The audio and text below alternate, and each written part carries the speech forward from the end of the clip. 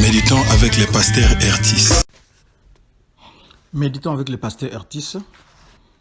C'est la fin du mois de mai. Nous sommes dimanche, le 31 mai.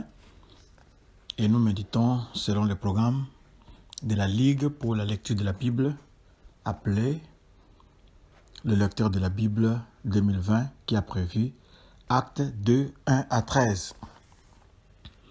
C'est le jour de la Pentecôte. Nous aurons à répondre à quelques questions, telles que est-ce que ce passage m'apprend quelque chose sur Dieu le Père, Dieu le Fils et Dieu le Saint-Esprit? Quelle vérité Dieu me révèle-t-il? Quel verset m'interpelle le plus? Pour ma prière, y a-t-il quelque chose que Dieu me montre, dont j'ai à me repentir, auquel croire et obéir, pour lequel les remercier et les louer, pour lequel lui formuler ma demande? Nous vous recommandons vivement de lire d'abord les textes avant de répondre à ces questions et vous verrez que votre méditation va s'enrichir. Nous sommes ici au jour de la Pentecôte et l'Esprit descend du ciel. Prions. Oui, il était avantageux que Jésus-Christ s'en aille pour que l'Esprit nous soit envoyé, pour que l'Esprit nous convainque de péché, pour que l'Esprit nous pousse à évangéliser le monde. Seigneur, merci d'avoir comblé cette lacune. Tu avais vu comment nous étions faibles, comment Pierre avait peur d'une servante, comment, ô Seigneur, nos yeux étaient fermés sur la route d'Emmaüs. Nous avons besoin de toi, sous la forme du Saint-Esprit. Le Saint-Esprit qui est partout à la fois, ce qui n'était pas possible avec la présence de Jésus-Christ sur terre. Il pouvait être à un seul endroit à la fois. Et il aurait fallu, d'après quelqu'un, 2500 ans pour passer ne serait-ce que 30 minutes avec Jésus. Or, tu sais que notre vie est courte.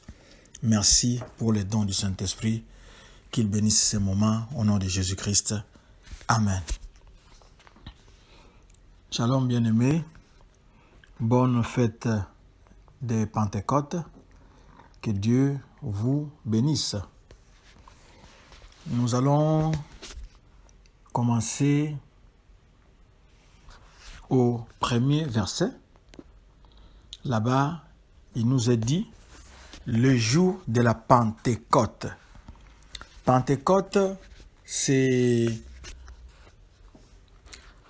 l'une des 3 grandes fêtes en Israël où il était exigé à chaque homme juif, quel que soit l'endroit où il se trouvait, de venir à Jérusalem pour cette fête. Et la Pentecôte, Pentecôte survient 50 jours après la Pâque. Généralement, c'est autour de mai et de juin. Et c'était la fête des moissons. C'est-à-dire, on y célébrait la récolte ou les premiers fruits de la récolte. C'était une grande fête et tout le monde devait venir, surtout les mâles, c'est-à-dire les hommes, ils ne devaient pas manquer pour être là. On appelait cela la fête des semaines. C'est-à-dire, c'était une fête qui intervenait 7 semaines après la Pâque. Quand vous faites 7 Une semaine, c'est 7 jours fois 7. Ça va vous donner 49. Et le 50e jour, c'était la fête de Pentecôte. Fête des semaines, fête des récoltes ou de moissons. Et c'était ces jours-là que cet événement que nous sommes en train d'étudier ici est survenu. Et ce qui est bien ici aussi, c'est le fait que Jésus-Christ avait demandé aux disciples de rester à Jérusalem et d'être ensemble. Et nous voyons ici que l'événement va survenir pendant qu'ils sont ensemble dans un seul lieu. Et nous savons ce qu'ils faisaient ensemble. Ils passaient beaucoup de temps dans la prière. Le verset 2 nous dit « Tout à coup vint du ciel un bruit comme celui d'un vent impétueux. » Oui, nous avons ici le problème du vent. Il y a d'abord ce bruit qui vient du ciel pour montrer expressement à tout le monde que ce n'était pas le fait d'une personne, mais c'était Dieu qui voulait ainsi se manifester de cette façon-là. Le bruit vient du ciel. Le vent est le synonyme du Saint-Esprit. Un vent impétueux et il remplit toute la maison où ils étaient assis. Là où ils étaient, là où ils passaient leur temps, c'est là que l'Esprit va les trouver.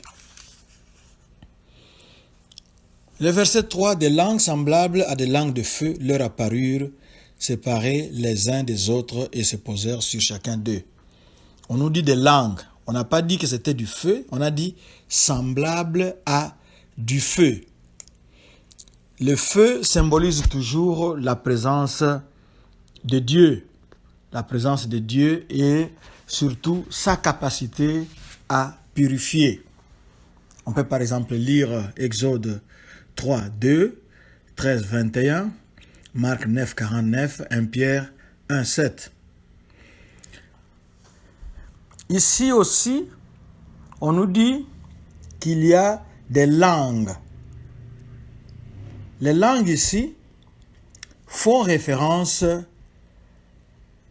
aux langues qui avaient été bouleversées pendant l'époque de la tour de Babel. C'était l'endroit où Dieu avait confondu les langues de ceux qui se rebellaient contre lui. Lisons à cet effet Genèse 11, 7 et nous pourrons avoir de plus amples informations sur la tour de Babel.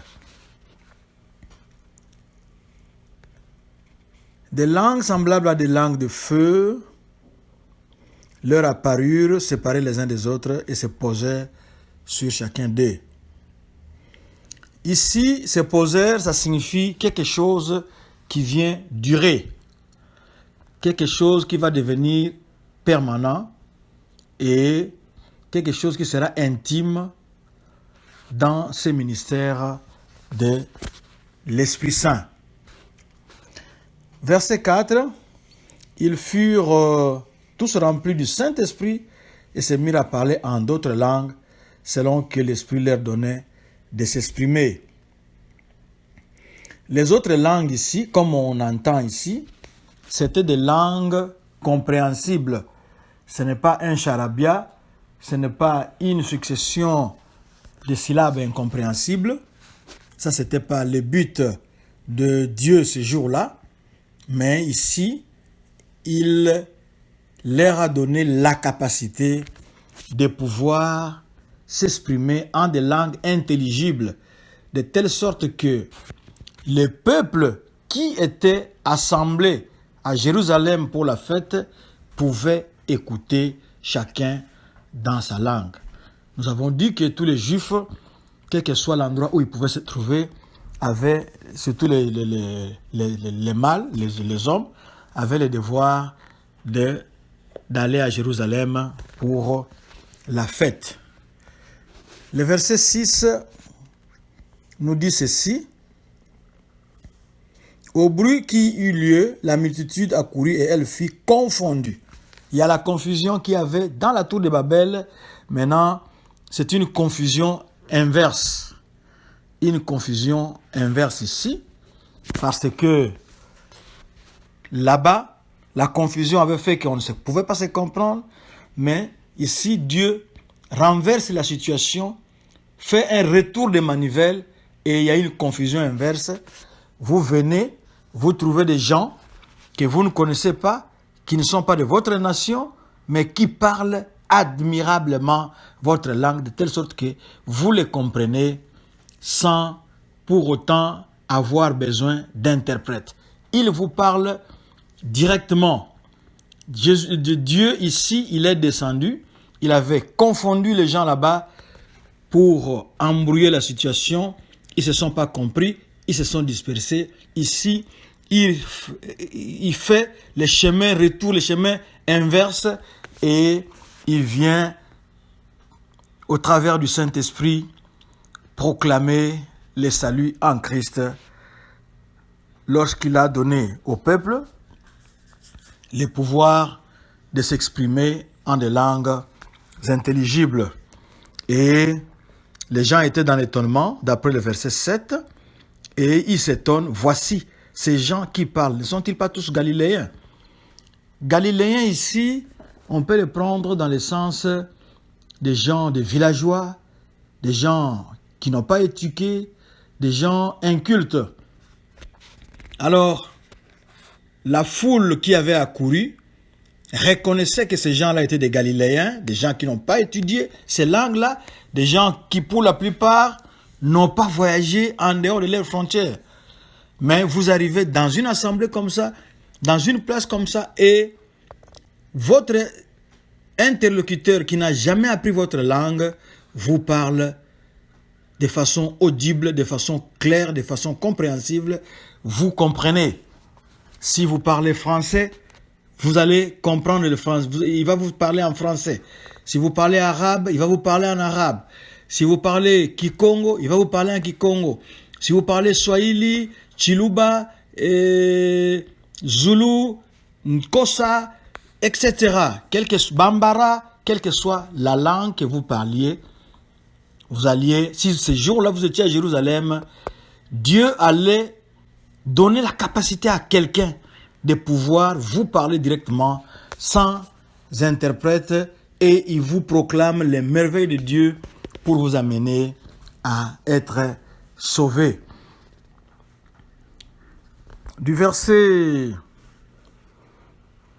9 au verset 10, ici, on nous montre que l'évangélisation n'était plus une affaire de la ville de Jérusalem et de ses environs seulement, mais maintenant, Dieu est en train d'internationaliser l'affaire. Parce qu'il y avait plusieurs nations qui étaient là, les Parthes, les Mèdes, Élamites, Mésopotamiens, Romains, et Libyens, Égyptiens, Crétois, Arabes. Il y a des gens qui étaient là.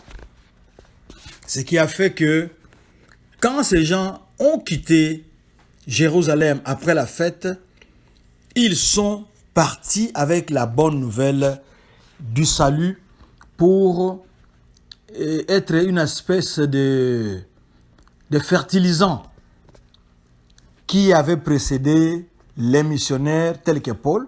Quand Paul est allé à Rome, c'est pas lui qui a fondé l'église de Rome, mais il y est allé, il a trouvé une communauté déjà vivante. C'est pour dire que le terrain avait été préparé pendant la Pentecôte. Dieu s'était arrangé à créer un événement et nous voyons au verset 12, tous étaient dans l'étonnement et ne sachant que penser, ils se disaient les uns aux autres, que veut dire ceci? Dieu est capable de créer un événement pour vous permettre de pouvoir partager la bonne nouvelle de Jésus-Christ, la bonne nouvelle du salut. Dieu veut que tous soient sauvés et arrivent à être sauvés. Mais bien sûr, au verset 13, il y a des gens qui se moquent, ils pensent qu'ils sont pleins de vin doux. Or, ce n'était pas le vin. Même si vous prenez le vin ne va pas vous permettre de parler une langue inconnue. Ça, c'est l'œuvre du diable, mais nous glorifions le Seigneur parce qu'il a créé un événement, le bruit de cet événement-là a attiré les gens et il leur a donné la capacité de pouvoir écouter les merveilles de Dieu et de pouvoir les sauver. Nous verrons la suite, qu'est-ce qu'elle nous réserve. Que Dieu soit loué. Le Saint-Esprit est là. Il est venu en permanence sur nous. Il est venu inaugurer une nouvelle alliance. Dieu avait créé le monde, il a créé l'homme, il a soufflé en lui et l'homme était devenu une créature vivante. Nous voyons le même Dieu qui envoie un grand souffle pour créer, pour appeler à l'existence l'Église. Et c'est ainsi que l'Église était née ce jour-là. Prions. Seigneur, merci. Merci pour ta parole. Merci parce que nous reconnaissons que nous sommes incapables.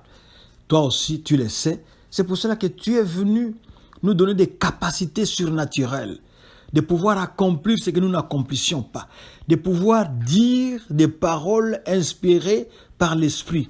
L'Esprit prend des paroles directement dans ta présence, dans ton Saint-Temple,